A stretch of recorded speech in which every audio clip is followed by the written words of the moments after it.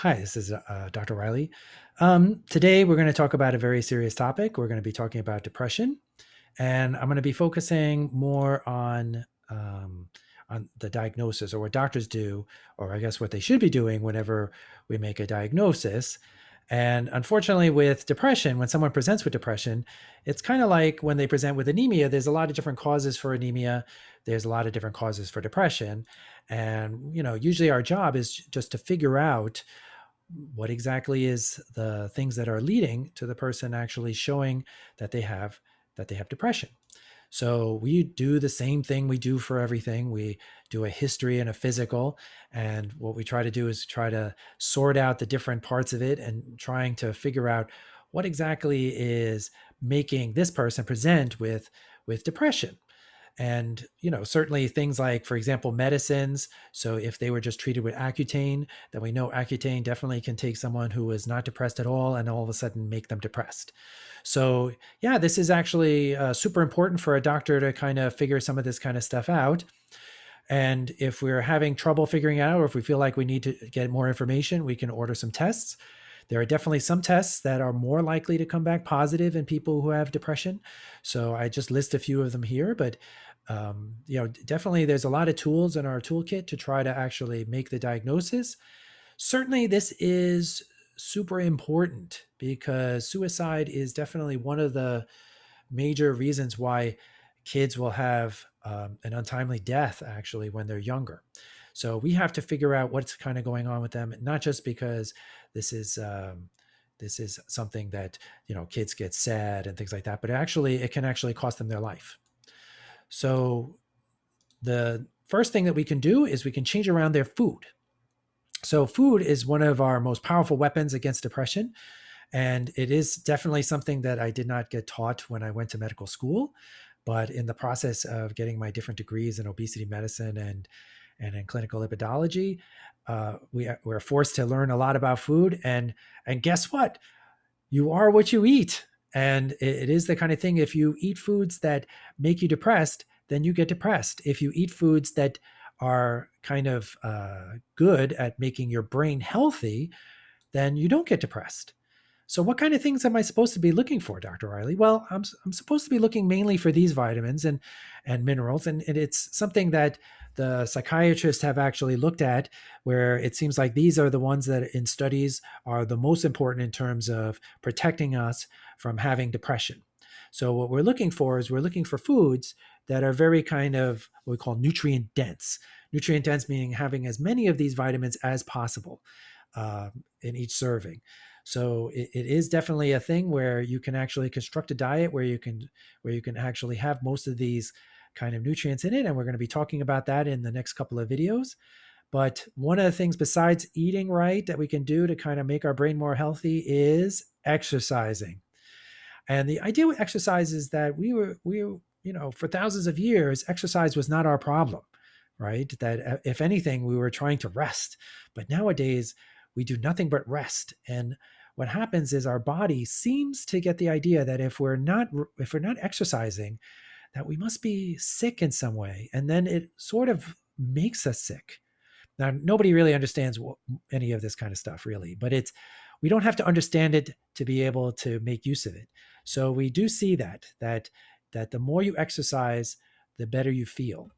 And even if you don't feel good at the moment, then we do like they say, we fake it until we make it, right? So it's the kind of thing, we just start exercising, trying to do the best that we can, and then we start feeling better. And the next thing you know, we don't have to fake it anymore. We're exercising and feeling good. So yeah, we have to try to do something like that, especially if the only other option is that we're going to be taking antidepressant medicines, which, especially the younger you are, I don't know how safe they are, because it's not like we have like great studies about this kind of stuff. So yeah, so it is the kind of thing that if you're having some of these kind of issues, any kind of activity seems like it's better than no activity, right? So don't let that be a barrier. Even just if you're having trouble just walking to the post office, walking to pick up your mail, to pick up the post, it's the kind of thing, then walk half the way, and then tomorrow have a goal to work three-quarters of the way. and until finally you can walk all the way down to the mailbox, and then you could walk in the street, and then you could walk down the block. You could go out in the sun. Things will be great. Um, Now, certainly, our body with eating right and exercising, sleep is the third part of it, and you can imagine sleep. This is not a like to have. This is a must have. And if we're not getting enough sleep, we're going to have our brain start to malfunction. And when our brain starts to malfunction, we are going to get depressed. So I want people to realize that there is a certain amount of sleep that we're supposed to be getting. So in elementary school, we usually tell the kids they need 11 hours worth of sleep. In junior high school, they need 10 hours worth of sleep. And in high school, they need 8 to 9 hours worth of sleep. It seems like these are the rules. So what we try to do is try to make sure that kids get enough sleep, and they'll actually be better for the depression. Now, one of the unusual things that seems like it's good with depression is actually light exposure. Who knew? But there is something about getting enough lux. Lux is kind of a measure of the intensity of light earlier in the day. It seems to actually help people with depression. And certainly getting enough dark seems like that's also a key thing too. That if there's too much light, before we invented these wonderful LED lights, and we like light was not an option, right? We were not getting enough. We were not getting any at night. And during the day, when the sun shone, we were getting light. And then when the sun went down, we got dark.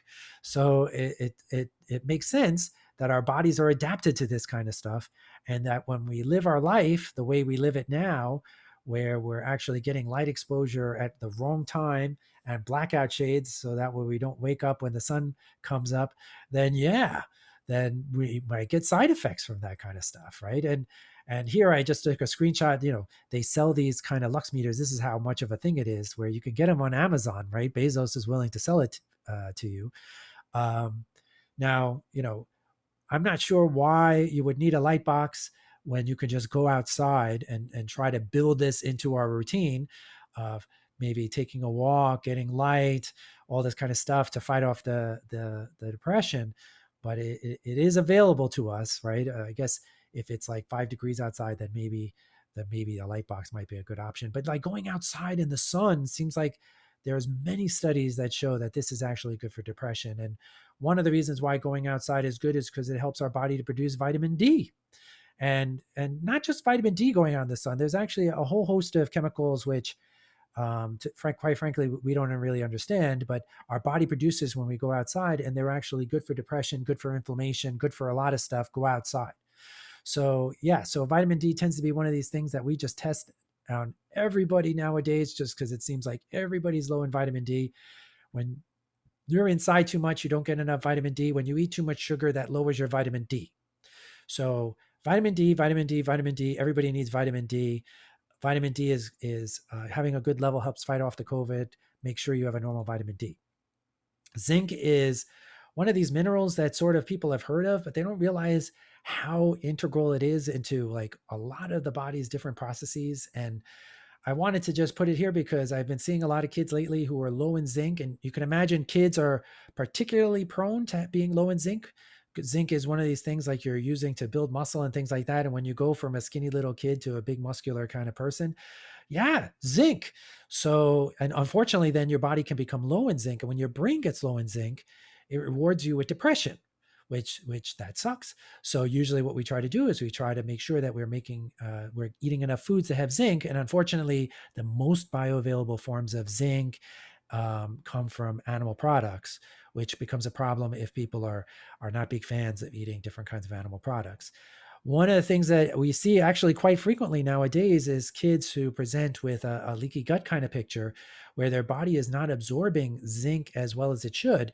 You can imagine zinc is like a metal, right? And our blood is like water, right? So metal doesn't really dissolve very well in water.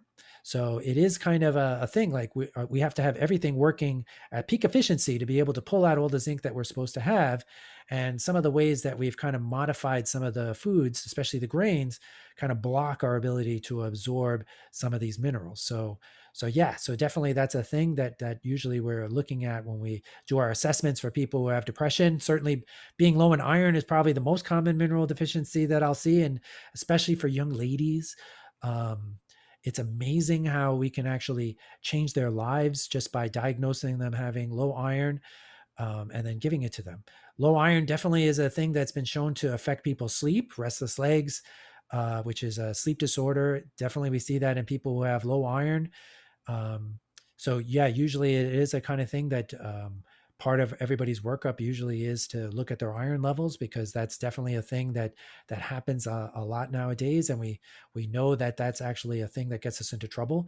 One of the things we see for our anti-fish people is that a lot of times they're very low in omega-3 fatty acids, and our omega-3 fatty acids are super important in terms of our normal brain health. DHA, our brain is made, a good bit of it is actually DHA, which is one of the omega-3, marine omega-3 fatty acids. Unfortunately, vegetables are not good sources of omega-3 fatty acids, at least the ones that we need. Our body cannot change ALA, which is the predominant omega-3 fatty acid found in vegetables, into these marine omega-3 fatty acids, at least well enough for our bodies to use it. So it has to come from our diet, right? And some people want to get it from pills. So, like, I have a picture of the pills here. I don't think that they work as good as getting it from food, because the same way I was saying about how sunlight gives you benefits that we're not really aware of, eating fish, for example, and getting all the other nutrients seem like they give us a lot of benefits that we're really just not smart enough to know. So we usually try to encourage people to try to increase the amount of omega-3 fatty acids that they're eating. And not just that, but you can get B vitamins if you're eating fish. And certainly, one of the things that we see is a lot of the kids, they can actually be low in the B vitamins. And they definitely have done different, studies that, unfortunately, researchers are always looking for a magic bullet, like one vitamin that's actually going to cure everybody's depression. But God did not make us so simple, right? So it's the kind of thing, we're very complicated kind of people. And one person can have like a little bit of B1, a little bit of B6, a lot of B12. One of the things that we kind of know is that, yeah, if we find one that's super low, we'll supplement perhaps that, specifically that B vitamin, but we usually try to give all the B vitamins when someone's low in one of them. So in the next few slides, I just kind of show different kind of studies where they've looked at that, where they see people who are low in different kind of B vitamins. B12 especially is one of these things that we see in people who have low stomach acid for whatever reason, or are avoiding animal products. Especially, vegetarians are supposed to be all supplementing themselves with B12. Um, yeah, so B6 is another one that a lot of times, when you're low in that and low in magnesium, you can get yourself into trouble. Your brain is not going to work well. I just wanted to talk a little bit about the L-methylfolate, because this is one of those ones that they actually do sell this for people when they have depression. And certainly, obviously, it works, but I think it would be safer and better if someone could actually just really eat real food that has L-methylfolate. Now, certainly, if someone is super low, then even I've given people methylfolate. But but the next person who I see who is very diligent about taking their vitamins every day for many years will probably be the first person, because everybody seems to me like they forget. And our goal for people is maybe supplement them until they're healthy, and then learn the proper way to eat, because obviously, if they got themselves into a situation where their folate is low, it's because they're not eating enough foods with folate. And folate is easy to remember. It's in foliage. And so this is one of the reasons why we tell people to eat green leafy vegetables, is so that way they get their folate, right? So it's the kind of thing, if you can kind of add foliage into your diet, then you're definitely going to get enough folate. And this is the natural form. This is the form that's inside these vegetables. If we could just eat some of these kind of things, then we'll get ourselves out of trouble. Now, selenium, I put in here selenium because it is important, but I don't really want anybody to really get a selenium supplement, because I think it's a little bit unsafe to use as a supplement. But if you were to Google treatment of depression, you'll see that some people, they're given actually thyroid hormone when they're depressed, and some of the thinking is probably that this actually probably works in people who are low, for example, in selenium, and or low in that they're not able to convert thyroid hormone into the most active kind of form. So, but really, if we could eat a variety of healthy foods, especially seeds and nuts, we'll definitely get enough selenium. Just the only caveat is if someone was to Google it and they would see Brazil nuts probably have the most selenium, but you can't eat too much Brazil nuts. You can actually get a selenium toxicity if you eat it too much. So yeah, keep it easy and light with this with the Brazil nuts. Try not to eat more than a few in a day. So yeah, so the take home message is that yeah, we have to make changes, right? If you're watching this video, hopefully that's your kind of first step into making a new you, one that's not depressed. And you have to realize that to change, you have to change.